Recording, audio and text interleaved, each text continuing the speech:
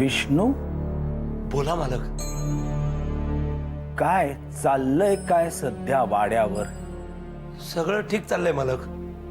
का हो मालक? काहीही ठीक नाहीये विष्णू, आणि मला ते जाणवलं म्हणून मी दुसऱ्यांदा फोन केलाय. दुसऱ्यांदा म्हणजे मालक? दुपारी देखील केला होता.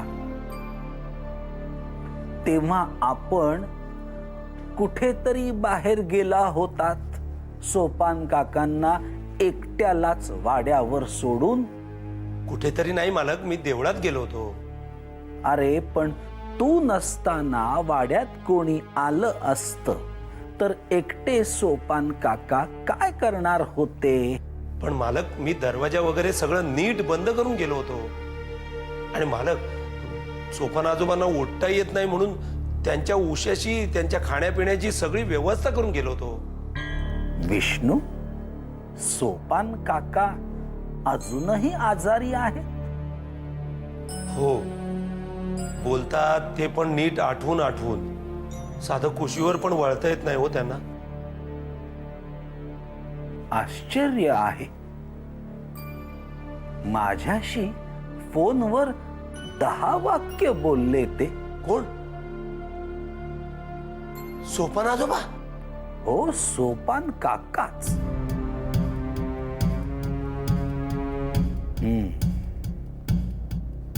काहीतरी विचित्र घडतंय हे खरंय. विष्णू, सोपान काका आजारी पडल्याचं नाटक तर करत नसतील?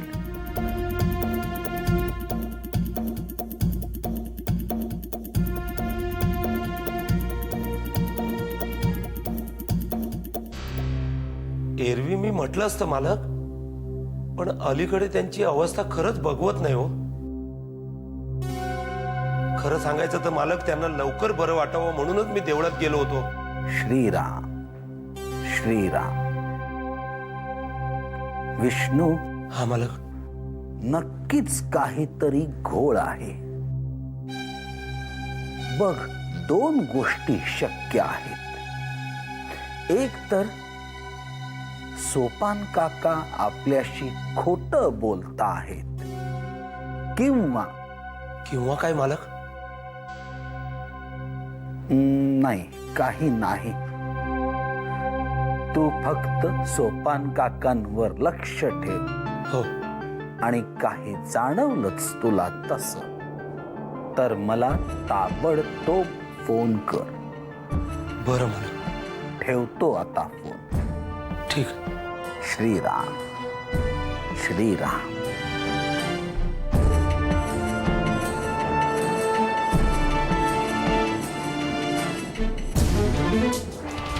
सोपान आजोबा नाटक करतायत?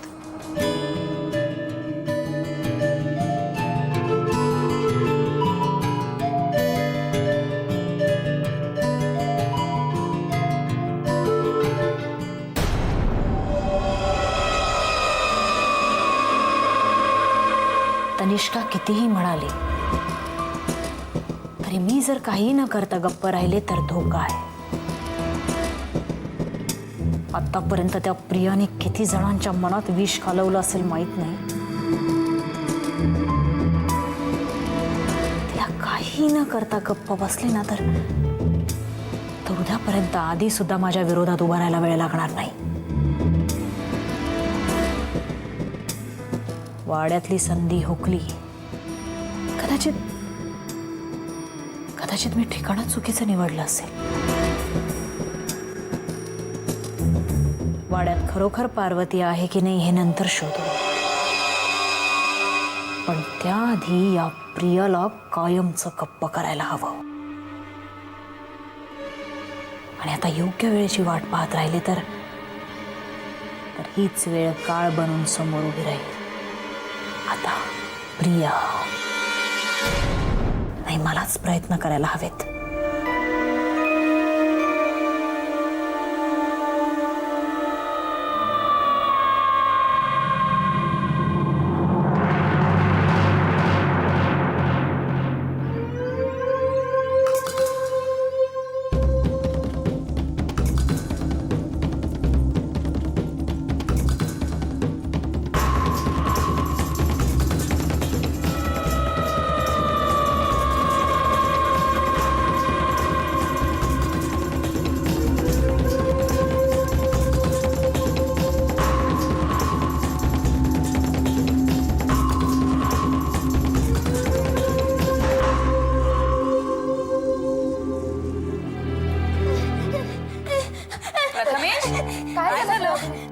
कुसुमात्याची साडी आहे. प्रथमेश कुसुमात्याचं काय? डोळे? कुणाचे डोळे? कोणाचे डोळे प्रथमेश?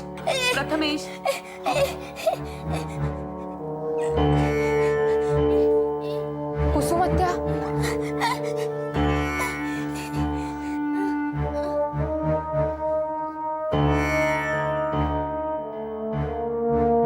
कुसुमात्या प्रिया हाय गो. हे प्रिया आले बाई. कधी आलीस कुसुमात्या? हे काय आत्ताच येते ना. अगं पण आता 11 वाजले असतील. तू सकाळी येणार होतीस ना? हो अगं उशिरा उठले ना म्हणून उशिरा आले. का आता फासावरती देणार आहेस का मला मी उशिरा आले म्हणून? नाही ग बाई. बरं ते जाऊ देत. अगं माहितीये का काय की अगं पहाटे ना आज मला सुलेखा दिसली कुठे? स्वप्नात. तिनं मला काहीतरी सांगणार होती पण तेवढ्यात पूनमनं उठवलं मला. बर कुसुमात्या, मला जरा तुझ्याशी महत्वाचं बोलायचंय. हो काय गो? कुसुमात्या, मध्यंतरी कधी प्रथमेश तुला बघून घाबरला होता का ग? का मी काय चेटकिणीसारखी दिसते? हा काय माझ्या चेहऱ्यात काय आहे? काय वाटेल ते काय बोलतेस? तसं नाही ग. तू इथे नव्हतीस ना तेव्हा इथे एक घटना घडली. प्रथमेश एक दिवस तुझी साडी दाखवून काहीतरी सांगण्याचा प्रयत्न करत होता आणि तो डोळे सुद्धा दाखवत होता. म्हणून म्हटलं कदाचित चिडून तू त्याला कधी डोळे मोठे वगैरे करून दाखवले होतेस का? मी कशाला डोळे बिळे मोठे करून दाखवेन? पण मग त्याला काय सुचवायचं असेल मग? हाच विचार करते मी मगाचपासून. तुझी साडी दाखवून त्याला काय सांगायचं असेल आणि त्या डोळ्यांचा अर्थ काय असेल तेच कळत नाहीये मला. प्रिया तू त्या पुस्तकात का नाही शोधत? हा तुला नक्की उत्तर सापडेल. नाहीतरी विचित्र घटनांनी भरलेलं आहे पुस्तक ते. बघितलं ग कुसुमात्या, पण त्या पुस्तकात काहीतरी वेगळीच घटना लिहिली आहे. म्हणजे त्यात त्यांनी असं म्हटलंय की एक व्यक्ती एका वेळी 2 ठिकाणी असू शकते. एक मिनिट.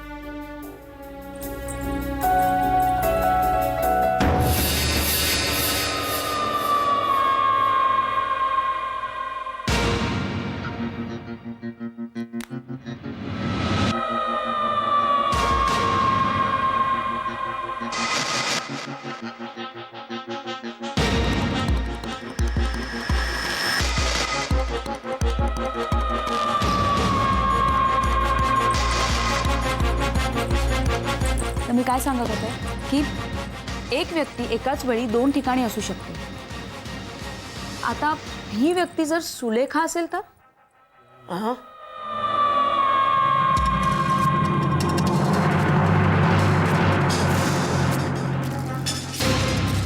म्हणजे असं आपण धरून चालू की ती व्यक्ती सुलेखा आहे. म्हणजे प्रथमेशने सुलेखालाच पाहिलं असेल तर? म्हणजे असा आपला माझा अंदाज. आता तू म्हणशील की सुलेखाला या सगळ्या विद्या कुठून माहीत असणार, पण तसं नाही. पण सुलेखाकडे अशा काही सुपर नॅचरल पॉवर्स असणार असा माझा अंदाज आहे. प्रिया, ए प्रिया, प्रिया. आई थांब जरा, बघूनच आहे. कुसुमात्या, ए कुसुमात्या, मी तुला आत्ता जे काही सांगितले ते कोणाही जवळ बोलू नकोस हं. नीट लक्षात ठेव. प्रिया, आई काय ग?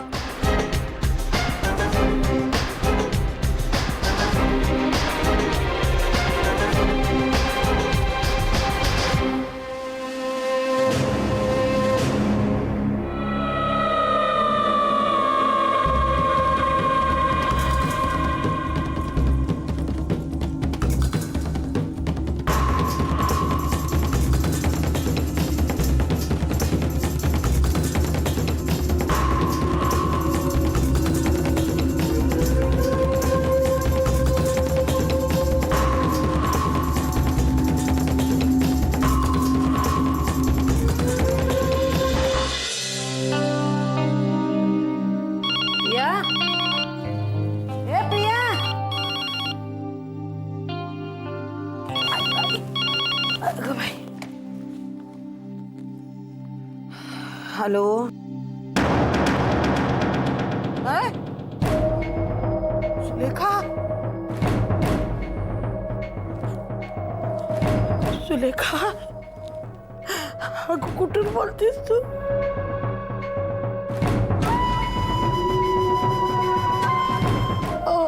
येईन ना मी. अगं तू कशी आहेस बाळा? हो मी नक्की येईन ना तुला भेटायला. कुठे कुठे येऊ सांग ना कुठे? हो मी नक्की येते. तू तिकडे थांब माझी वाट बघत थांब. मी येते तुला भेट.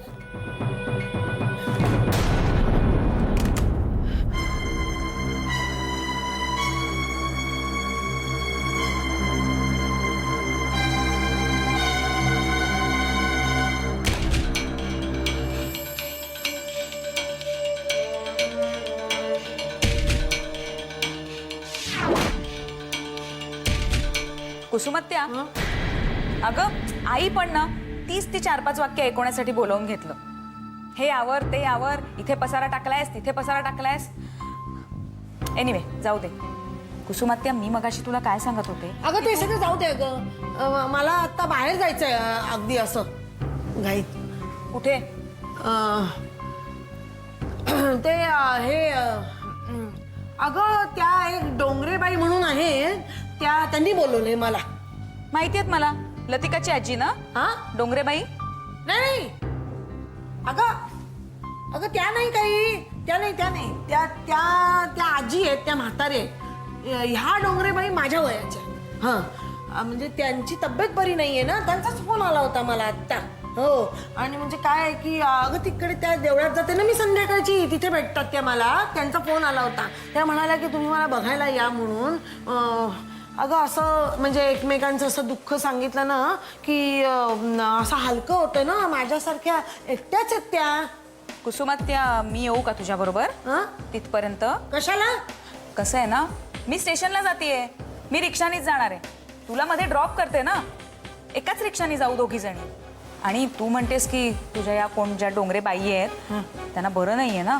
काही मदत वगैरे लागली तर मग मी पटकन तयार होते. थांब. नाही नको.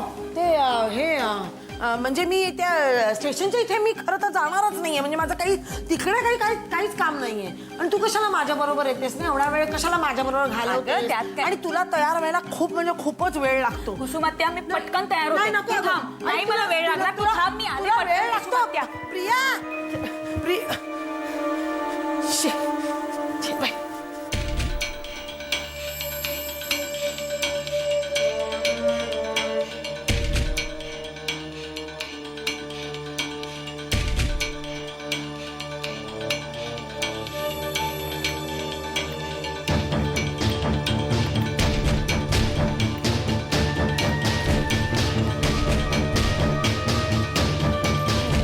वहिनी मी जर जाऊन येते. कुठे निघालात आणि एवढे घाई घाई?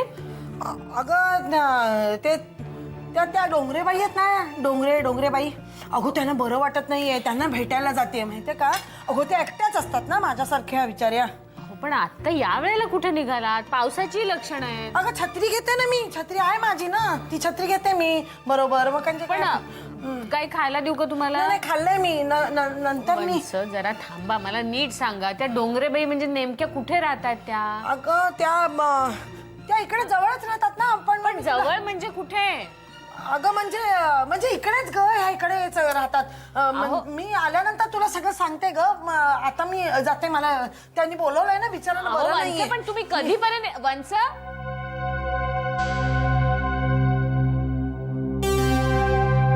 कसली एवढी घाई आहे ना?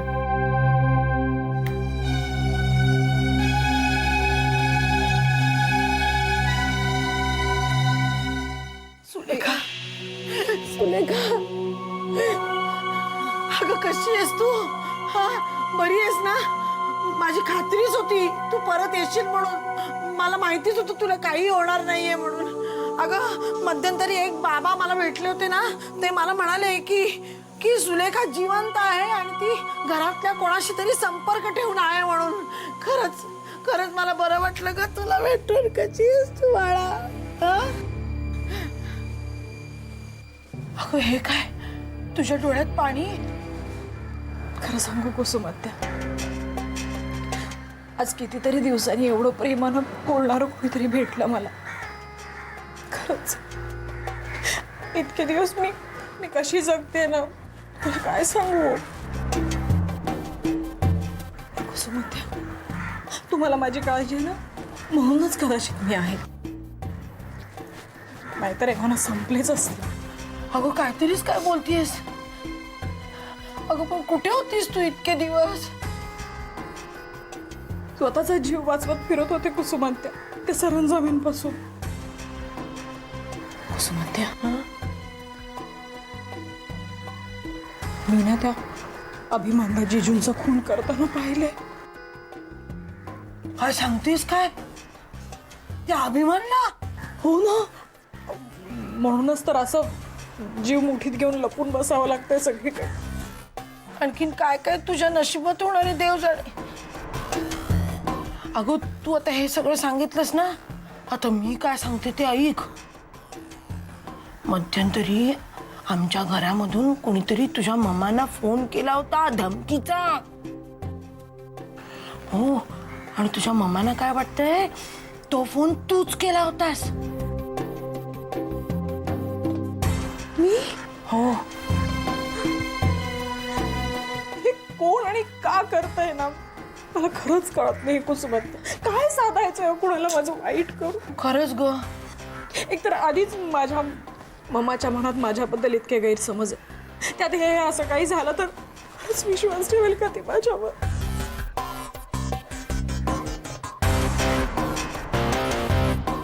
कुसुमात्या, हल्ली मला पण ना असं नवीन नवीन भास होता तो. म्हणजे असं वाटतं की कोणीतरी ना माझ्या मनाचा ताबा वगैरे घेत आहे. हो अगं मला सुद्धा असंच वाटतं, कोणीतरी माझ्या मनाचा ताबा घेतोय. अगं सुलेखा, आता मी इथे आले ना, तर मला कळलं सुद्धा नाही की मी इथे कशी आले. कुसुमात्या, या सगळ्याच्या मागे ना एक शक्ती आहे. हो, आणि हेच सगळं जाणून घेण्यासाठी ना मी एका माणसाला जाऊन भेटले. काय म्हणाला तो? ते म्हणाले की कसली तरी शक्ती या विरुद्ध काम करते, सुपर नॅचरल पॉवर वगैरे. हे हे नाव कुठेतरी ऐकल्यासारखं वाटतंय ग. हो, हो, हा आता आठवलं. अगो आमच्याकडे आहे हे पुस्तक. तुमच्याकडे? हो, प्रियाच्याच हातात असतं हे पुस्तक, आणि ती मला त्यातल्याच गोष्टी सांगत असते ना, की असं कोणीतरी मनाचा ताबा घेतं वगैरे. बापरे, म्हणजे प्रिया या सगळ्या मागे. जाऊ दे ना कुसुमात्या, प्रियाला माझं जे काही बरं वाईट करायचं ते करू द्या. मला प्रियाची काळजी वाटते. कुसुमात्या, तुम्ही थांबवा तिला.